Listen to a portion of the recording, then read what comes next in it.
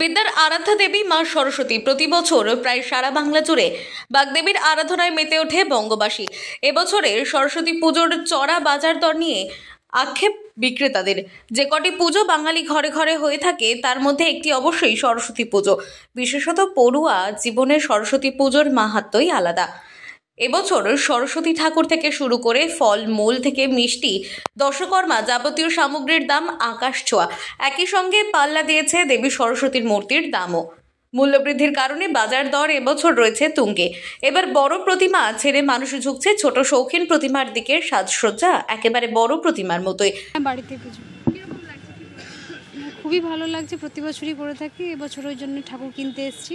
আগামীকাল পুজো হবে বাড়িতে সকাল। দামটা তুলনামূলক একটু বেশি, জিনিসপত্র সব জিনিসের দাম বাড়ছে, সেই অনুযায়ী দাম একটু বেশি রয়েছে। হ্যাঁ, আজকে তো অনেক জায়গাতেই ফ্ল্যাট বা স্কুলগুলোতে তো মনে হয় পুজো হয়েও গেল, এতক্ষণে 12টা থেকে শুরু হয়েছে মনে হয়। কেমন লাগে এই সরস্বতী পুজোর সময় এসে নিজের হাতে বাজার করা, নিজের হাতে প্রতিমা? এটা তো একটা আলাদাই ইমোশন, দুদিন ধরে, মানে তাও দুদিন পড়লে তো বেশি মজা হয়, আর একদিন হলে তো আগের দিন থেকে ঠাকুর কেনা, বাজার করা সবই আছে। বিক্রেতারা জানাচ্ছেন মূর্তি আছে হরেক রকমের, কিন্তু বাজার নেই ভালো পরিমাণে।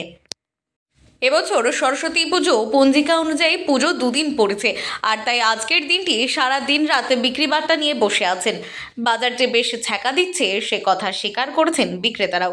অন্যদিকে বাঙালি ঘরে ঘরে সরস্বতী পুজো নিয়ে একটা আলাদা উন্মাদনা লক্ষ্য করা যায়। তাই বাজার যেমনই হোক না কেন নিজের সাধ্যমতো কেনাকাটা সেরে বাড়ির পথ ধরছেন ক্রেতারাও। শুধু স্থায়ী দোকান নয়, পুজো উপলক্ষে মূল বাজার এলাকায় বাইরে পসরা সাজিয়ে বসেছেন অনেকেই।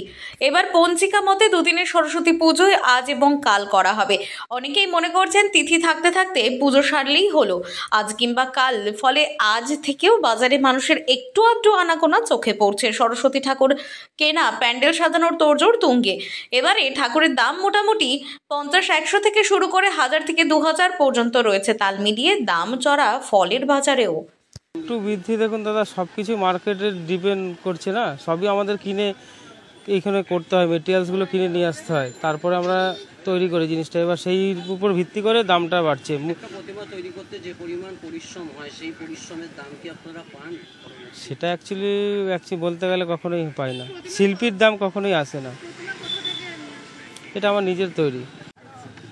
বাজার মোটামুটি চলছে। ব্যাপারটা হচ্ছে পুজোটা দুদিন পড়েছে, তো এবার কালকেও কিছু মার্কেট হয়েছে, আজকেও হচ্ছে। এবার একটু বেলাটা না হলে বোঝা যাবে না, কারণ পুজোটা দুদিন পড়েছে যেহেতু বাজার সেরকমই হচ্ছে।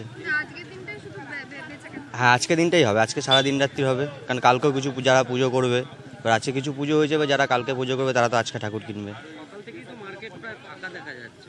ফাঁকা দেখা যাচ্ছে, মার্কেটটা তো বিকালের দিকে বেশি হয়। এবার যারা কালকে ধরুন সকালে পুজো করবে তারা সকালে কেনে, অনেকে রাতেও কেনে।